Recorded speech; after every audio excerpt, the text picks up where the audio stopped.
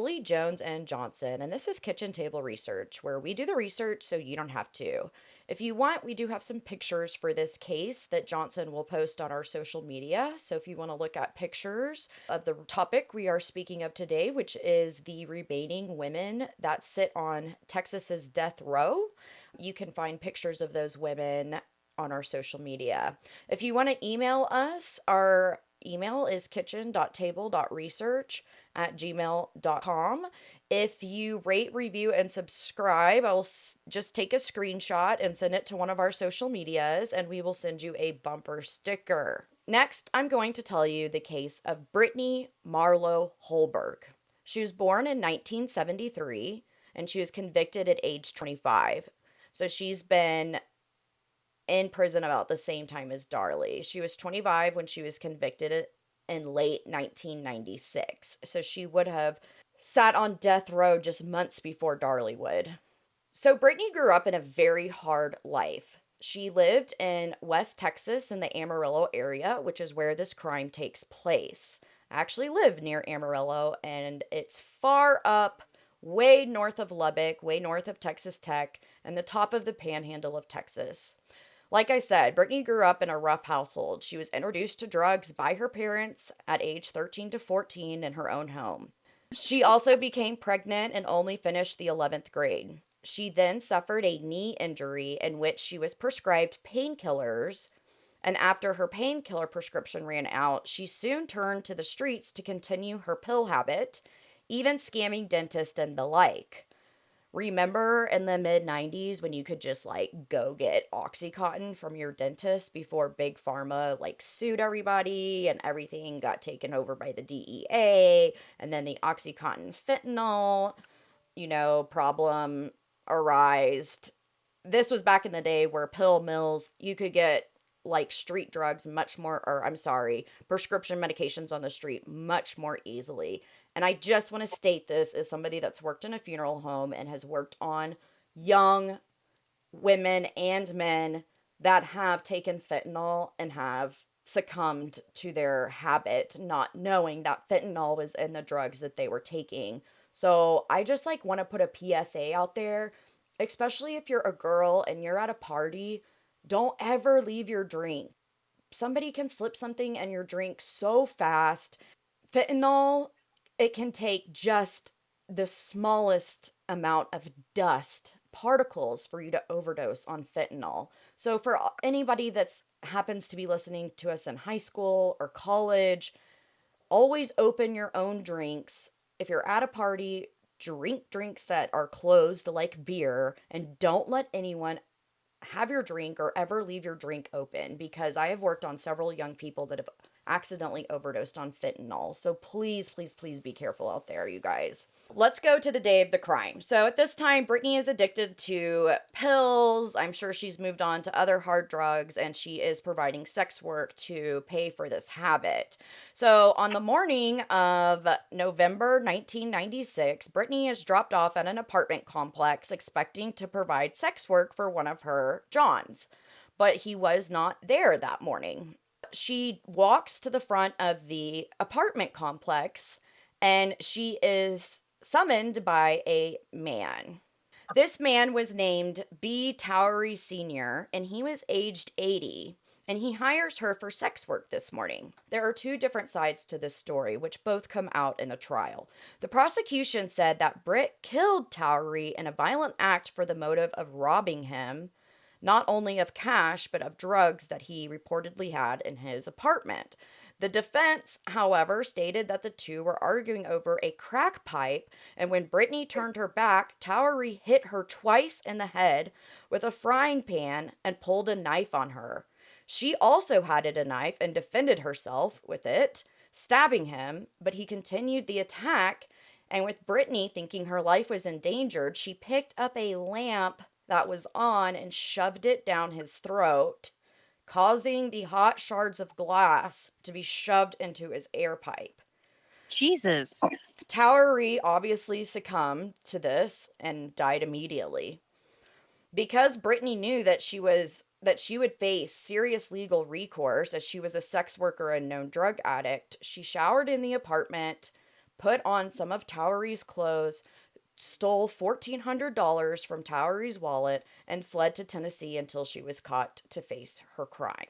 So basically, the prosecution says that Towery was this innocent man who got caught up in Brittany's scheme, and he was attacked by Brittany so that Brittany could rob and steal his drugs. However, Brittany states that she acted in self defense. Now, there's also two differing stories on our victim, B Towery Sr. His sons say that he was a great father and a great man, but it's been known that he was known to possibly hire and beat sex workers, and he supposedly was also a known crack user, as he did have a crack pipe in his apartment that I guess DNA was found on. I'm not sure. But at any rate, this one is really confusing to me because A, there's not a lot of information on it. I did listen to a podcast, Wine and True Crime, and they give a story. I mean, basically a little bit of an extended story of this. But, it's like it goes back and forth to, was this, obviously it wasn't premeditated. She didn't even know this man. And so in my brain, I think, okay, well, if they did get into a fight, she should have been maybe charged with second degree manslaughter or something else. I don't know if she deserves to be sitting on death row. She has done several interviews, though, talking about how her human rights have been violated by the state of Texas. However, I believe that she is out of appeals, and I don't think there's any hope that Brittany will ever get off death row. So I'll start with Johnson this time. What are your thoughts on that? Without knowing like the forensics, it's so hard to say. And again, I Like, don't I think mean, there's a lot of forensics in this case. I think they like, did thought it she have was, injuries well, when they she caught her? fled to Tennessee and she wasn't found for several weeks to months. So if Oh she did God. have an injury, it's not known. So Like it wasn't she, medically reported. Like she didn't go to the emergency room. yeah, so by fleeing, if it wasn't self-defense, she kind of ruined the case for herself because that's really like the only evidence that They it was could have had. self-defense. Yeah. But of course, she's 25. She's young. She's had a hard upbringing. She's been doing drugs for almost 10 years now, been on pain pills. I mean, I understand why she fled Right, either way, but it kind of worked against her in the end. right. She doesn't have a history of attacking her patrons and robbing them. And this dude does, in fact, have a history of attacking sex workers. Then I'm going to say it probably wasn't self defense. It's just really like one set of people has one set of ideas about Towery, and another set of people have another set of views about Towery.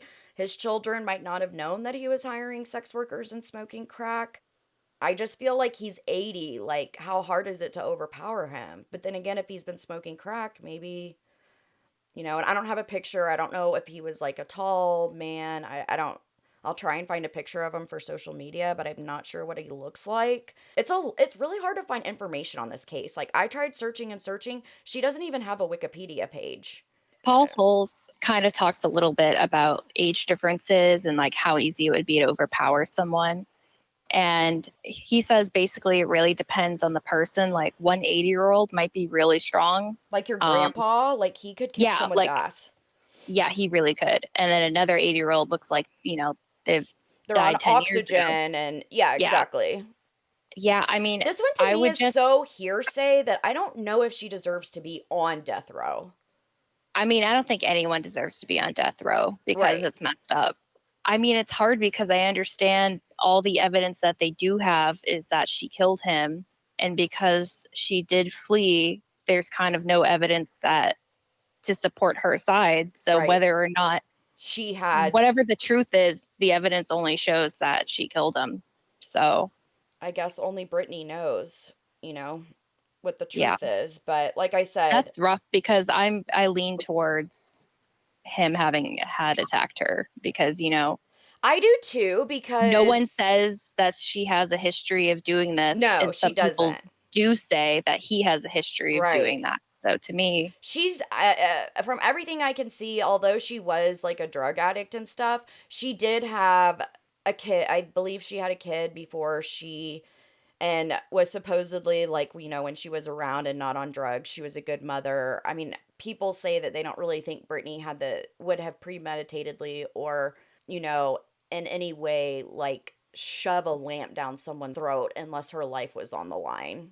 And Yeah. so, although his death is pretty horrific, like that sounds terrible, and what she did was heinous, if it I was mean, between her life and his, I don't and she's know. probably just grabbing whatever's close by. Like she's not like, man, what can I use to inflict the most pain? Right. If it is in self defense, she's just like, let me grab this, and then you just kind of do things in the moment. Right, exactly. Especially if you're on painkillers or crack and you've just met the man, you've never been in his home before, and he solicited her. Yeah, that's a big bummer because from a legal standpoint, I don't think there's any hope for her. No, there's no hope for her, and there's no information out there about her.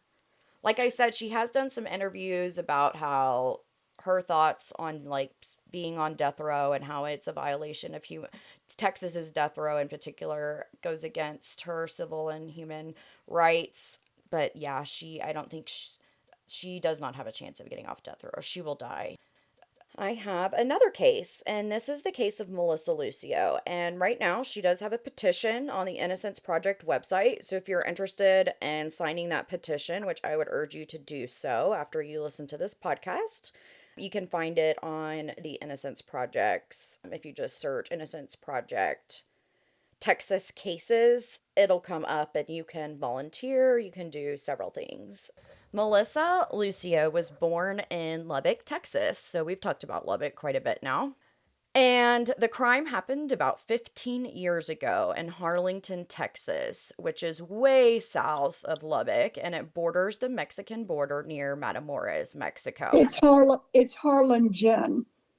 Okay.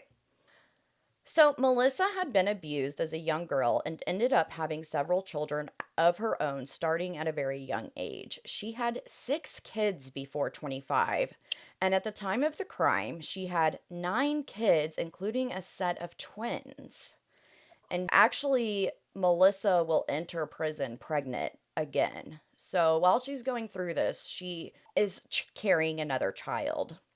Melissa and her children had been in and out of the CPS system, and she had been investigated by CPS before. She was known as being nonviolent and good to her kids, although she worked a lot, so the older kids took care of the younger ones. And they might not have had everything, but they did. Across the street from them, they had like a food pantry where they could go get food. They went to school, they were not abused.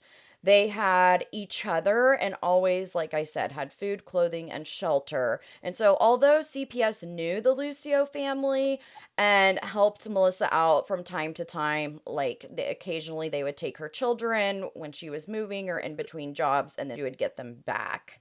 But actually, her CPS worker testified for her during the case because through all the times that she'd been investigated through CPS, there was never any signs of abuse, okay? Really nice to hear like a CPS story that where they were helpful. You don't hear that Yes. very often. And actually, I have in here that CPS quoted as saying that Melissa Lucio was a quote unquote competent mother. Huh. And Good. one of her oldest daughter admits, quote, "My mom had problems with men specifically, but she never abused or even hit any of the children." Unfortunately, however, one night Melissa's 2-year-old daughter was found dead in her crib. 911 was called, and the first suspect was obviously Melissa. Police stated that she had gotten angry that Mariah, that's the name of the 2-year-old that was found dead, that Mariah would not go to sleep.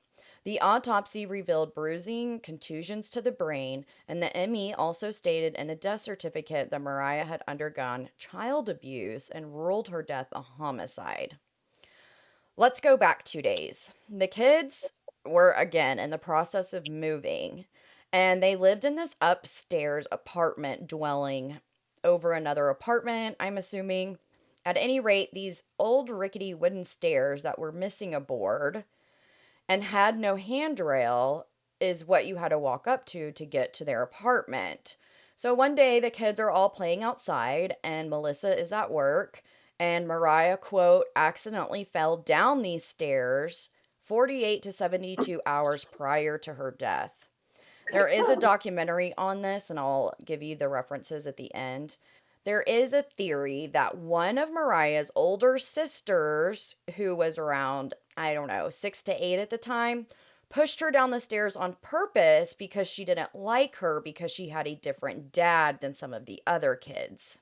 Either way, she was not taken to the hospital at the time, and Melissa was working the 24 to 72 hours before Mariah's fall. It is believed that the fall is what ultimately killed Mariah.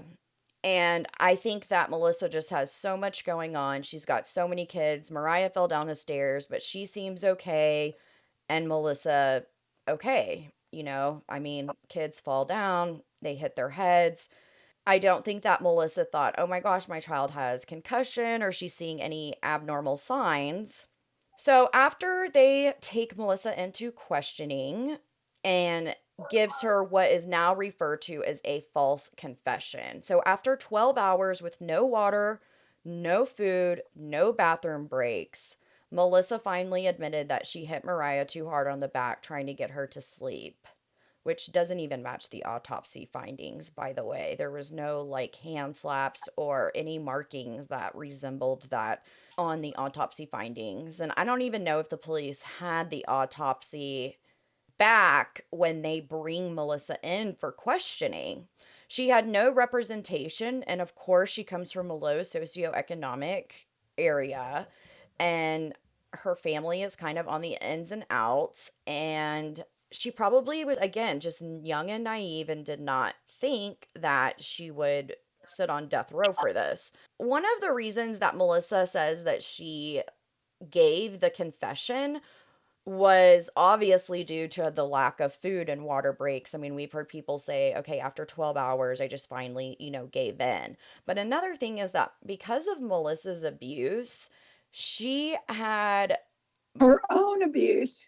because of her abuse, she overtrusted the police and she thought that they were helping her try to solve her daughter's murder.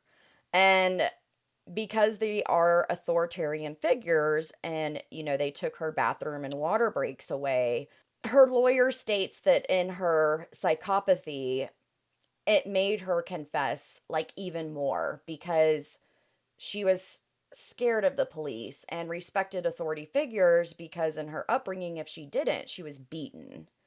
So she kind of has that background. Okay, again, I said she had no representation, and her defense attorney refused to let any of Melissa's family or any of the kids, even the older kids, testify during the trial to the non abuse. The kids continue to report to this day. Like the kids still maintain there was never physical abuse in the house. Melissa was convicted to death row, and upon the reading of her sentence, the jury jumped up and down with the prosecution and judge. And speaking of the judge, he would later be indicted on several counts of cartel involvement and bribery. In 2019, Melissa in the Fifth Circuit of Appeals reversed her conviction, which only happens in 1% of capital cases. However, Texas overturned the decision and Melissa continues to sit on death row. Currently, only some of her children are old enough, over 18, to visit her in prison when she does get the permission to have someone.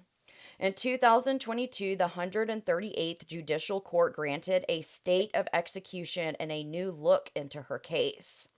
Her case has been called the biggest capital case with the smallest amount of evidence by Cornell Law.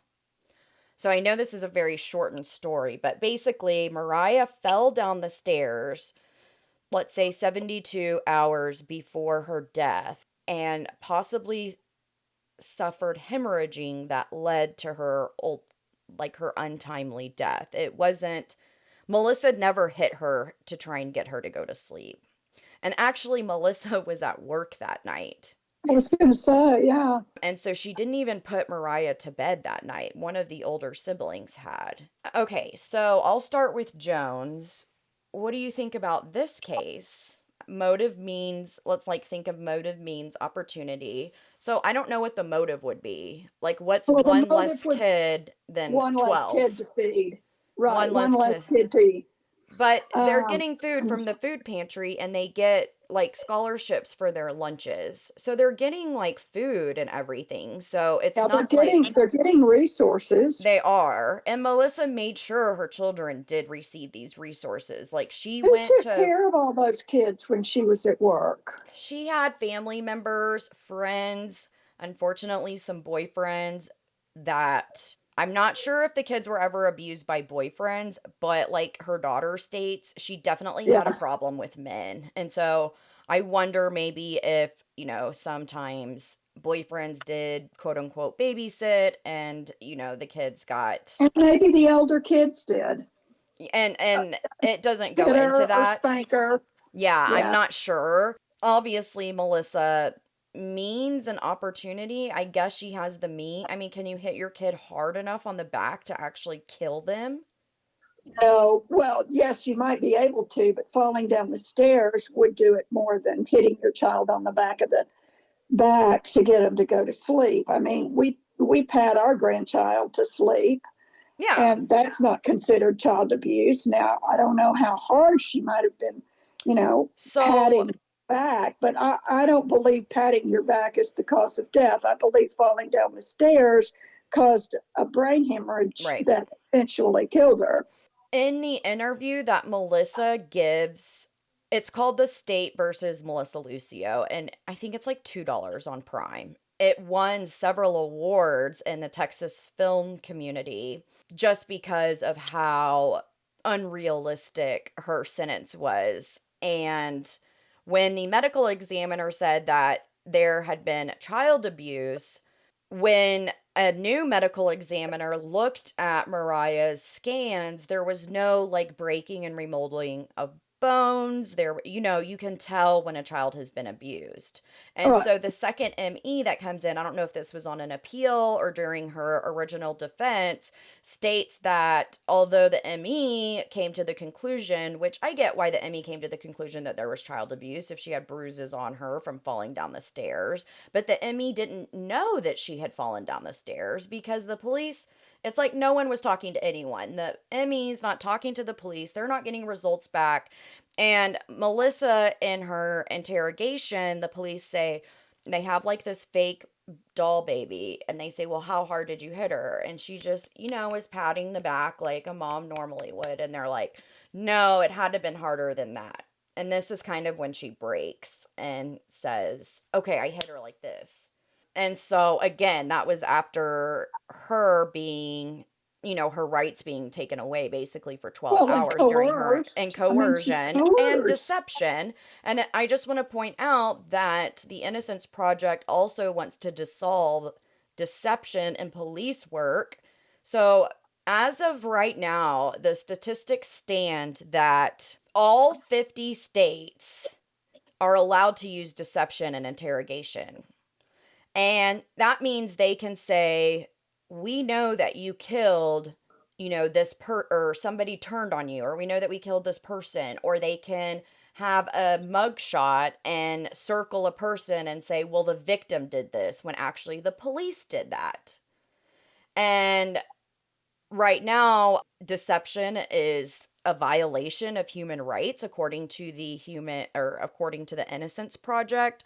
And so again, if that's something that you believe in, please go sign that petition. It's super easy to find and I can probably link it in our show notes. Good idea. What do you think about that, Johnson? About Melissa or deception? Just give us your whole rundown. Start from where it makes you happy. Well, I think it's quite clear that her confession was false because it doesn't match the autopsy. Or the records, like the CPS records. Right. And the ME drives me crazy because if all the bruises are the same stage, like they all are the same color and stuff, obviously that's not a sign of habitual abuse. That's Right. Right. a sign of a singular incident. Right. Well, and I would guess that the medical examiner along the Texas border might not be as well trained as the San Antonio medical examiner with all of his credentials and everything. I think the border of Texas has just gotten so Yeah. weak. Well, and it says that literally the judge, oh, was that in our last one? No, the judge was involved in the cartel. So you've got an ME that's kind of whacked, and then you've got a judge that's working with the cartel. And what really drives me crazy is that when her case was overturned, Texas said no. And that was on a federal level. I don't see how Texas is getting away with this, like, no, we're not going to do that. No, we're not going to send records to Britain. Yeah, I don't know where that's coming from. Who's got the power? And I mean, is that governor power? I You know don't what I'm know. It saying? should have been the state of Texas legally with our extradition laws and living in America as a dual citizen. She should have had British representation. Yeah, I don't quite understand the way that system is not working well, because it's not. Well, and I'm referring back to the Cardi case that we talked about earlier, but I'm just saying, why is Texas like, no, no, no? It's like, do you want to execute people? Like, what's going on here? Yes, I think that's true. it's pretty clear. Just if you listen to like Abbott's platforms and people in charge, like during their debates, the way they speak and stuff, it's pretty clear that they do feel like they have the right to execute people and they desire to do that. Going back to the false confession, I mean, what she said doesn't match the autopsy, and B, she wasn't even there. So obviously that's not correct. And I mean, regardless, I mean, you could say, okay, Melissa pushed her down the stairs or whatever. It doesn't really matter how it happened. Like, there's just not, from what you've told me, there's not enough evidence for her to be convicted at all, much less on a death row case. Right. It could have been, there's just no evidence saying, like, who was there at what time. Right. Who pushed her? Like, they just went after her because they went, oh, she must be a neglectful mom. Look at all these kids and she's poor. Right. Right. That's what I And think. I mean, and she probably got like just a state defendant down on the border somewhere that probably, again, is just not super qualified, especially in a death row case.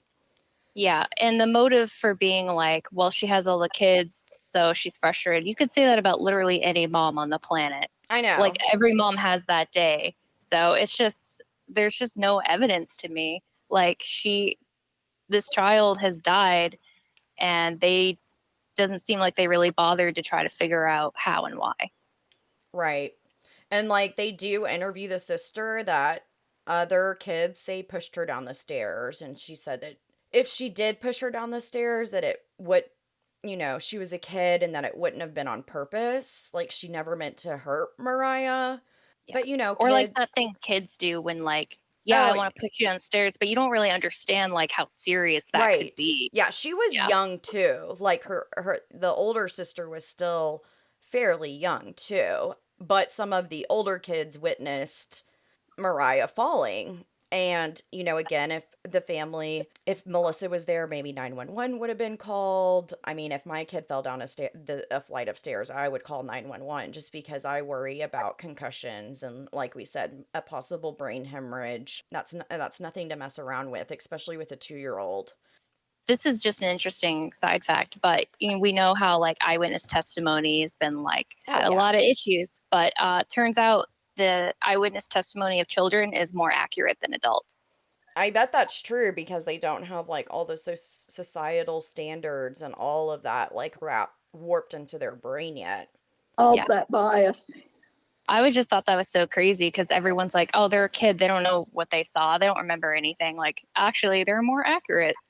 So that the siblings' testimony to have not been able to testify is egregious error. Well, and like literally her lawyer, because they kept pushing and saying, we want her family to testify. Like Melissa's mom was going to testify to her daughter being, despite their downfalls, a good mom. And some of her kids were like 14 to 16 at this time. They could have been put on the stand as a character witness. And her lawyer refused to let her family go up and speak.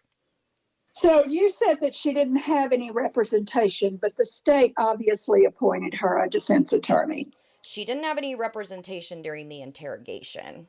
Interrogation. Okay, that helps clarify that.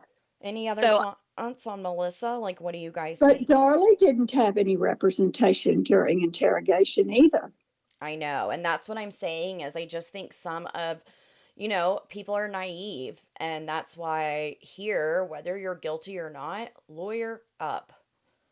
Yeah, absolutely. I think we've all learned that lesson by just participating in this podcast. Right. And hopefully other people feel the same way now. Lawyer up. It's no reflection on whether you're guilty or innocent. Just Well, and be if people want to smart. say, oh, they hired a lawyer because they're guilty, let those people No, say what they want because when it comes down, those people aren't sitting up on the right, bench, you know? right. yeah, I'm going to say for Melissa, I don't really have enough information to have an opinion on if she's guilty or not, but I definitely think she had ineffective assistance of counsel. And obviously, there was a lot of issues like with the false confession and stuff. She shouldn't have been convicted. Well, and again, like I said, when they federally overturned her case and she was supposed to walk out the door, Texas said nope. Yeah. And I don't know how all that works. I don't That know. happens very But I often. mean, Like like, you get through one level approved can the state and then overrule the federal though? no.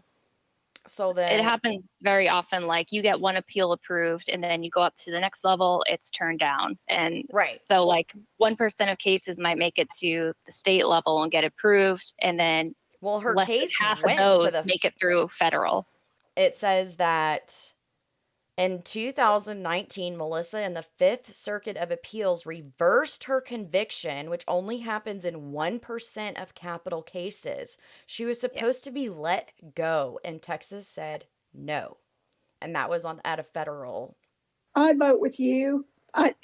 It's hard to tell whether she's guilty or not, but nevertheless, a lot of professional legal ease minds thought she was not. Therefore, they released her, and why she's back on death row remains, that is just wild. I mean, I could guess, maybe I could get manslaughter Right. or, That's what I'm saying. And I'm not saying that all these women are flat out innocent, but do they deserve the death penalty? right. Right. Okay. I'm going to get into the last case. And to me, this one is the saddest if we haven't been through enough today. Okay. Erica Sheppard has spent the longest time to date, almost 30 years, on death row. She's out of appeals and she will die or be executed. What are we waiting for her execution? For them to set a date, I suppose. I would think that would not be really hard. So, okay. She does, to my knowledge, she does not have a date set as of right now, but she can't really do anything else. Like Right. she's out of Right. options. Right. And this is taken, she did do an interview with Miss Magazine, and this is a quote from that. Quote, Sheppard is one of 50 women on America's death row, most of whom, like her, are victims of domestic violence, mental illness, or child abuse, according to an analysis of the women's histories conducted by MS Magazine. And they actually have some really good articles in there. I was looking through there earlier. I believe also that Brittany, Marlowe, Holberg also did an interview for MS if you want to go read that. So let me get started on Erica's early childhood because her abuse goes back to infancy. Erica has spent more time on death row than any other woman to date. I feel especially sympathetic for Erica. Her role was somewhat unwilling in this crime, and the reason she faces the death penalty is because here in Texas, if someone is murdered while you are committing a felony, you can be charged in the case for capital murder, meaning although you might not have killed or even held the murder weapon, you can face execution. So, as an example for this, let's say that me, Johnson, and Jones are going to go rob a bank, and all we're doing is robbing a bank. We don't want to hurt anyone. All three of us, let's say that one of us has a gun, and whoever is waving the gun around, if you steal any money during that burglary because you're committing a felony, and say Jones goes off her rocker and somebody makes her mad and she shoots somebody while you're robbing the bank, you are now eligible for death row in Texas. You and I would be. Yes. Yes, if we're using this example, me and Thanks, you could Jones. face, yeah, thanks, Jones. Me and you could face the death penalty for a murder that Jones committed, which I Right. just think is a little much. If you are committing the felony of kidnapping someone and hold them down while someone else kills them, like, yeah, that's committing a felony. You didn't Right. kill anyone. That makes sense. But again, like, it's so open to interpretation. You get cases like Erica's, and it's awful.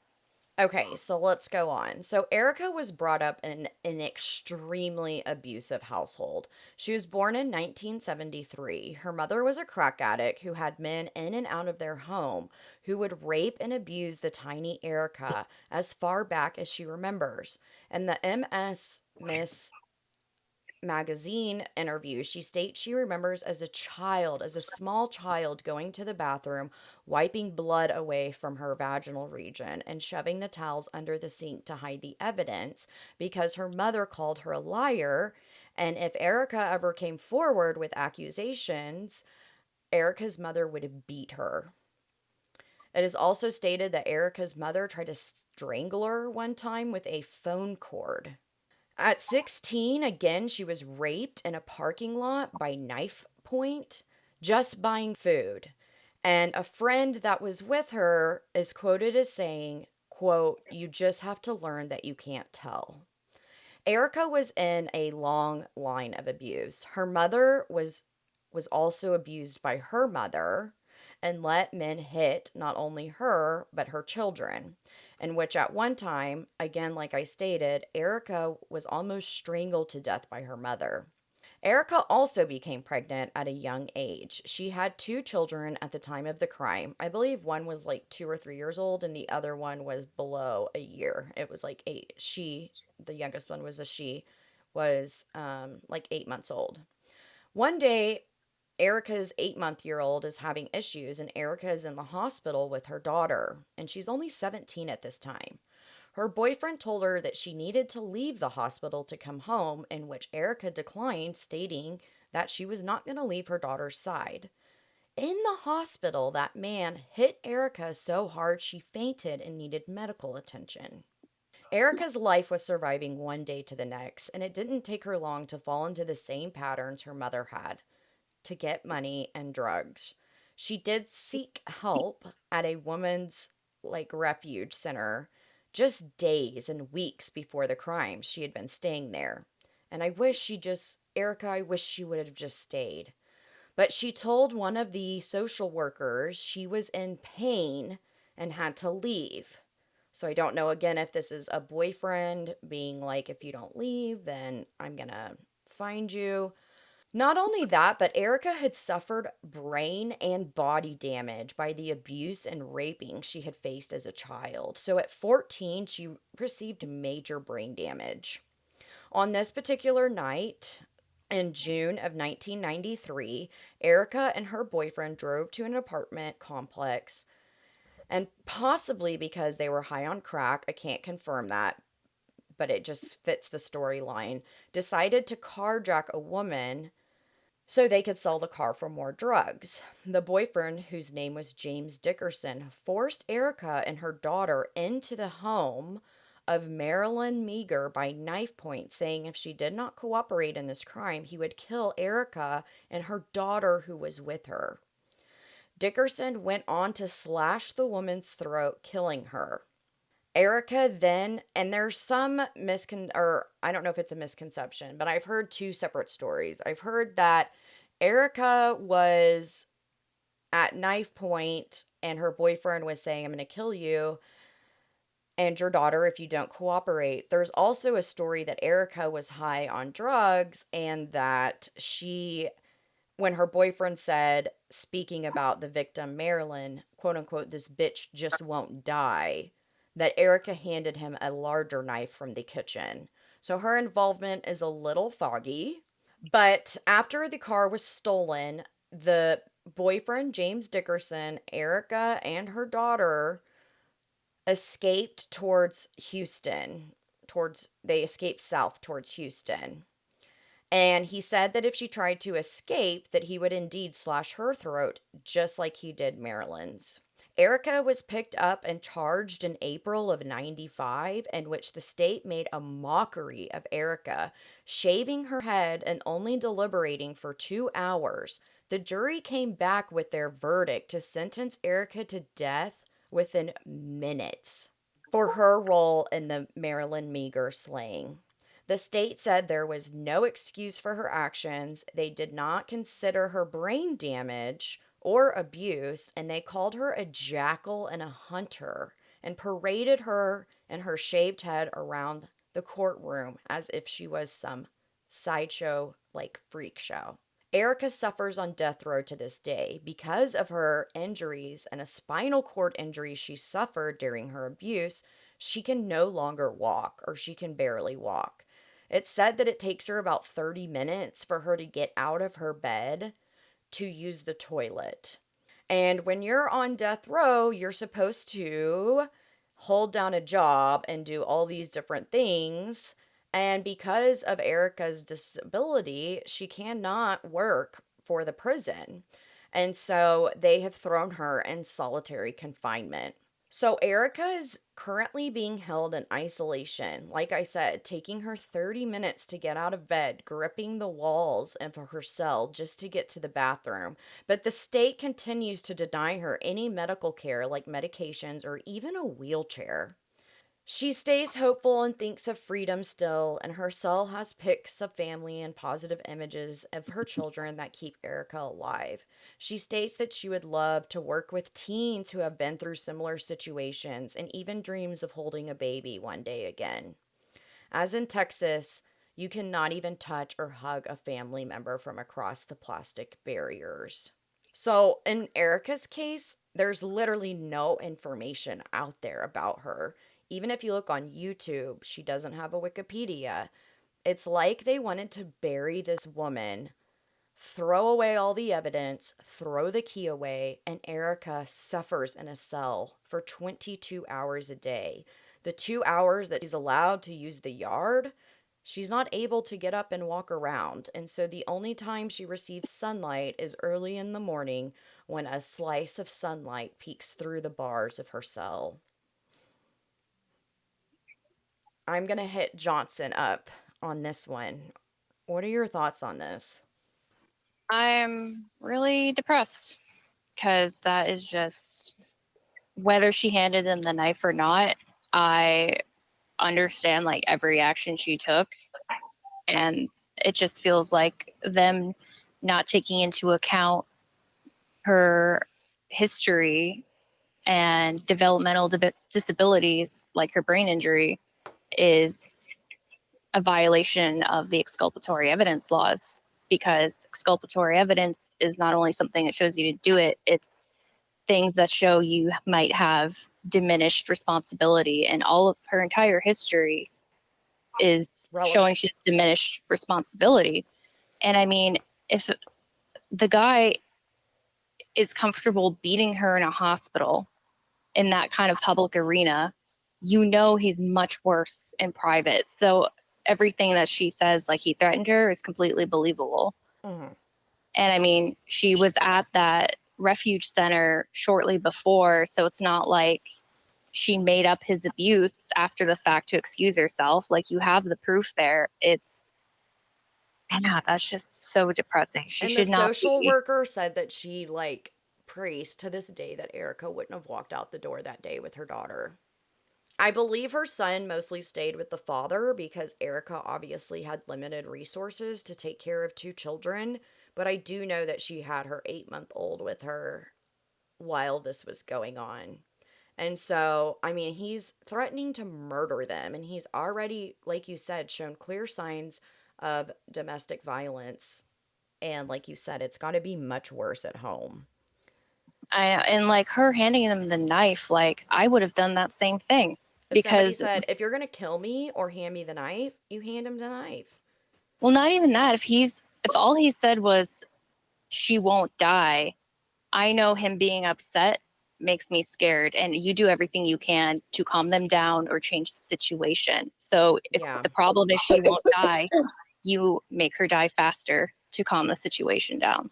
And as messed up as that is, it's a very common way of thinking, especially if you've been abused your entire life. So, like, I wish she wasn't in prison at all. I wish she was in a psychiatric facility Right. Or a getting the medical help she facility. needs. Yeah.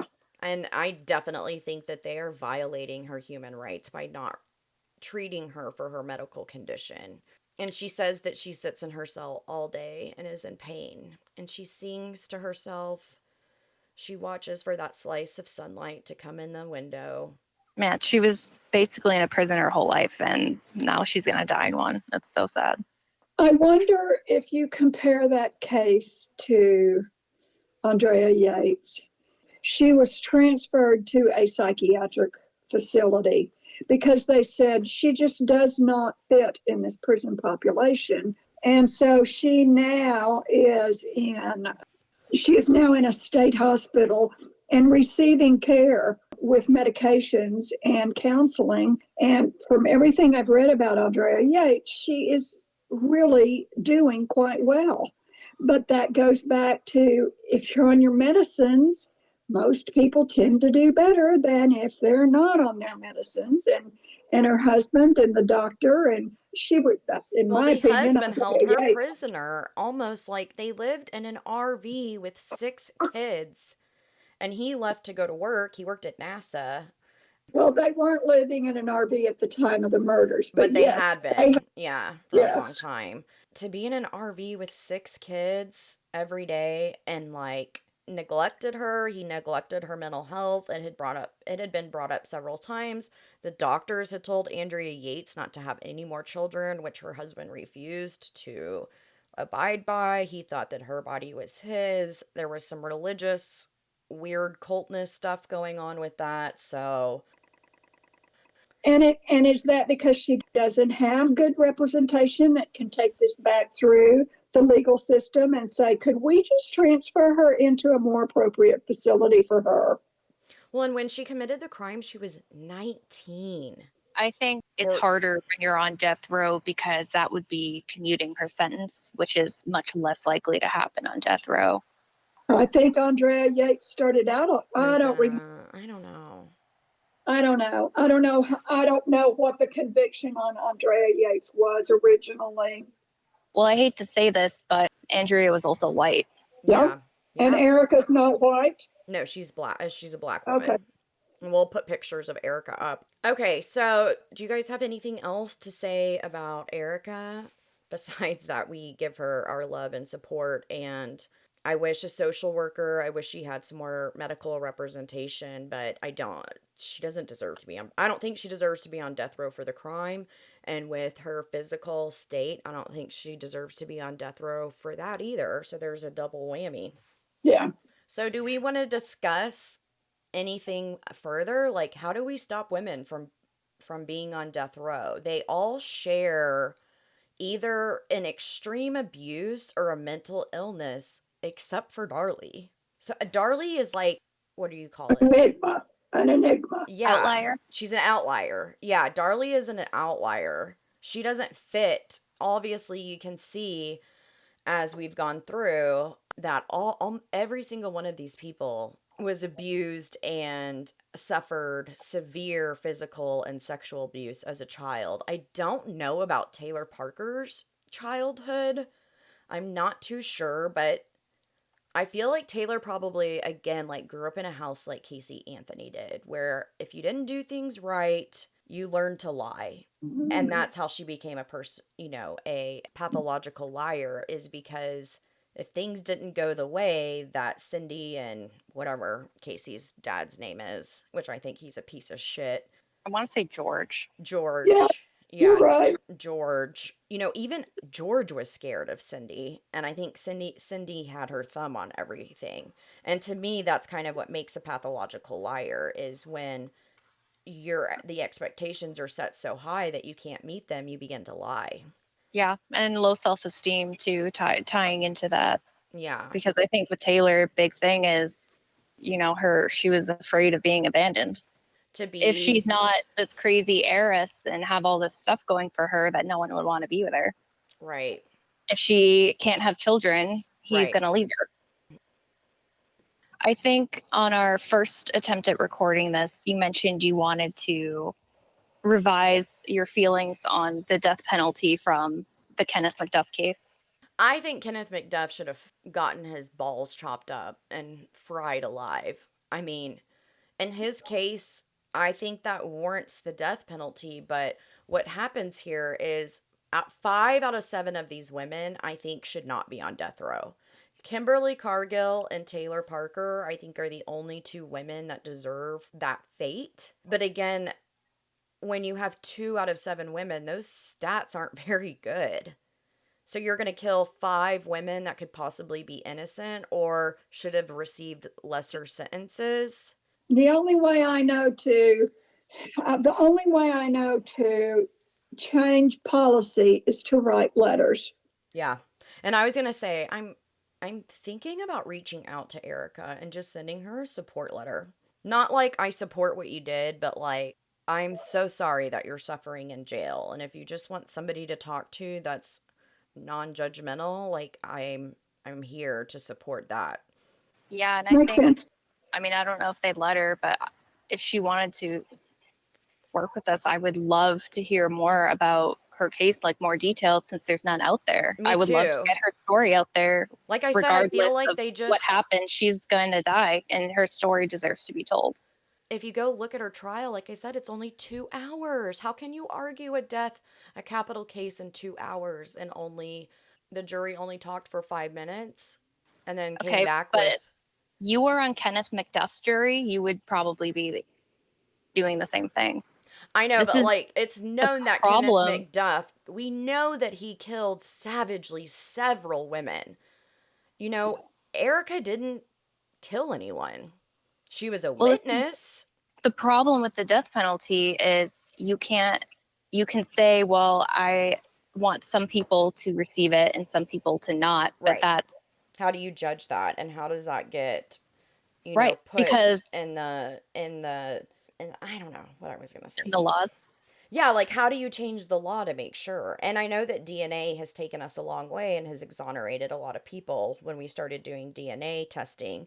And I think that's kind of when the Innocence Project really started getting together and saying, oh my gosh, so many people were released due to DNA when DNA testing became available.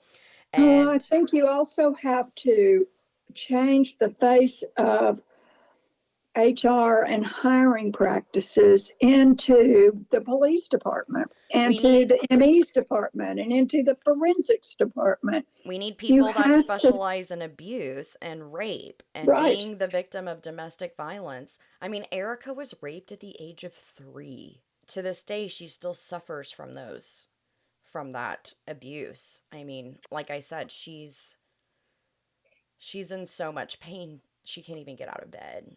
Right.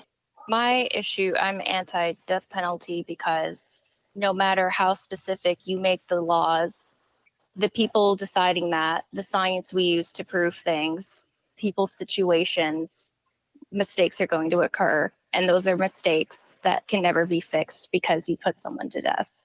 If you want to And give someone life in prison, that's fine. It's actually cheaper, as we've talked about before, but like it's just too much of a risk. And also, who are we as people to take that responsibility and say, we get to decide who lives and dies? right, you're like And I playing think, God. well, Exactly. and I think that if you sentence somebody to prison without the chance of parole, okay, so they're going to die in prison, then I don't necessarily believe there needs to be a death penalty. Now, back in Exactly. the day, when Kenneth got released, he was sentenced to life in prison. And then, of course, all those laws changed that got Manson off and everybody else to with the possibility of parole. Right. And so there needs to be, as so many people are touting, a reform in the judicial system. Yeah. And I think a lot of people say, well, life in prison, I'm not going to pay for these murderers to live out their lives Right. and be able to have a job and see their family. Like, sorry, but you're paying more to put innocent people to death. In the Psychopedia podcast that I mentioned earlier, which go listen to it, it's awesome. Like I said, I think they do really good work and it's a fun listen. There's some humor to break it up, but they still are very respectful, and I think they do a really good job. She states a statistic that says that in our justice system that 1% of people are innocent. And you think, okay, well, that's pretty good. Like, our justice system is 99%. That other 1% makes up 20,000 people. And again, you can say, okay, the population in America is what, 60 million? Like, that's not a bad number. But if that's your mom or your daughter or your dad, that is impacting a shit ton of people. That's just like suicide. You may think that you're the one committing suicide, but you have no idea how far reaching that can be. Right. I think to wrap this episode up, I think that if any of these cases resonate with you, go sign on to the Innocence Project. Melissa Lucio currently has a petition to override the state of Texas to let her walk free. If that is something that you want to do, go sign that petition. There's also new information on Linda Carty and Darley's case all through the Innocence Project. So if you guys resonate with any of these people, you can actually send letters to people on death row. I believe you have to sign up through a website and they have to do a background check, and everything is done electronically now. But if you want to reach out to any of these inmates and give, maybe Erica or Melissa Lucio support, and I think keeping these women's names in your mouth as Melissa is able to walk free, or let's say on Darley's next appeal, she walks free. I think it's important that we keep these women in the zeitgeist and keep their names in our mouths and continue to have conversations with people that we know and continue to push the government and to go vote so that things like this don't occur. Yeah, and maybe one of the things that would be kind of easy to do is, as you're learning about your political candidates before an election, is to seek out what their feelings are about death row or converting a sentence from death row to life in prison. Well, and so, sometimes that those views are in the paper and you can get that little pamphlet and find out some of that stuff. But if not, I think that women, I think that the community, I think that U.S. citizens need to understand what these politicians' point of view is before we just willy-nilly elect them. Ballotpedia, like Wikipedia. Yeah. Got it. And it has like every ballot and information and background and platforms for every candidate on every ballot. They don't have a ton for like more rural counties, but it's a great source, especially for like major elections. I want our listeners to think about when you are voting, which please go vote, is sometimes we don't know anything about these judges though. Right. Like if it's their first time running for a judgeship, a lot of times you can't really find out a lot of information about these judges. You really have to do the research. And so willy-nilly, you say, okay, I'm going to go vote. Let's just say Republican because we're in Texas. I'm going to go vote Republican. And normally when you get to like the judges and all these other, more county appointed people, most people just vote with their party. Okay, I'm just going to vote Republican on everyone. Yeah, don't know them, don't know their Don't know viewpoint. them. Yeah. Abolish the party system, please. Yes, gosh. I hope that in my lifetime that the two-party system is abolished. It is ruining our politics. And I hope that state and religion would separate as it should be. Yeah, Tom Cruise, you heard us. Yeah, Tom Cruise. You and your Scientology. Okay, our references for this episode. For Linda Carty, I used the Suzanne Reid documentary, Wikipedia, and the podcast Red Handed, which they come from Britain, and so you can hear their side from a British point of view. Britain. Do I pronounce it weird? I don't know. It just sounds weird. Britain. I love like Britain, British TV. Oh, they're from Britain. Britain. I watch so much British TV that I think I'm just now like Britain. I'm Okay. sorry I sidetracked you, but the way you say it is funny to me. Britain. Brit And you're like, the UK. Britain. The UK. Melissa Lucio, there, like I said, there's an amazing documentary on Amazon. I think that it's like $1.99 or something. It's called The State of Texas versus Melissa Lucio. She also has a Wikipedia page. For Kimberly Cargill, I think I watched like a few short YouTubes, but I got most of the information off of an episode of Snapped on Oxygen. For Taylor, I listened to the Psychopedia podcast, and there's also an article on her in Oxygen. And there's a lot of information out there about Taylor Parker because this crime like happened less than a year ago. She was convicted less than a year ago. So there's a lot of stuff in the mainstream media still going on about her. Brittany, I got information from just her death row information that's posted online through like the state of Texas and a little bit off of Wikipedia. I did listen to a podcast, True Crime and Wine, and they do an okay job. I mean, sorry, they do a good job. So I did get some information from that podcast. Erica, again, really has not a lot of information out there. She did the Miss article, and then there is a podcast that I found, which again I love. I'm gonna shout this out because they're two black women that cover a lot of black women crimes, and it's called Sisters Who Kill. And they do an excellent job of professionalism, research, and they're one of the only podcasts that's covered Erica's case. And so kudos to them for bringing Erica back into, the spotlight for anybody that listens to their podcast. But if you haven't, I would highly recommend it. That is the sources for today. I hope everyone stays safe out there. I hope that you guys enjoyed or maybe got really depressed about this episode. But like we said, if you want to make a change, go to the Innocence Project. I think that's your best resource where you can find a lot of other resources from there. And again, signing petitions, writing letters, being a part of the movement, keeping these women's names up in the air so that they're not forgotten behind these cell walls is extremely important to me, whether they're guilty or not. They deserve their human rights. And I don't think that the state of Texas is providing that for these women. My heart also goes out to all the victims that we talked about, especially the children that were abused, raped, killed, even Erica, who was raped as a 3 year old. It breaks my heart as a mother. And Erica's mother actually comes back and says, after she gets clean off of crack cocaine, like 20 years later, that if she could go back, she would do everything so differently. And she feels extreme guilt about Erica's case now that she's sober. And I think that they maybe have reconnected. I'm not sure though. But that ends our episode for today. We are releasing a Christmas episode as well, and it's going to be like super fun. It's still a crime, but like no one dies, and it's kind of, well, funny. Hijinks. Yeah, it's a hijinks. It's a caper. It's a caper. It's a British caper. He's British. Okay, I I'm gotta go watch done. Love Island now. I know. I'm fucking done with this. All right, bye. Bye.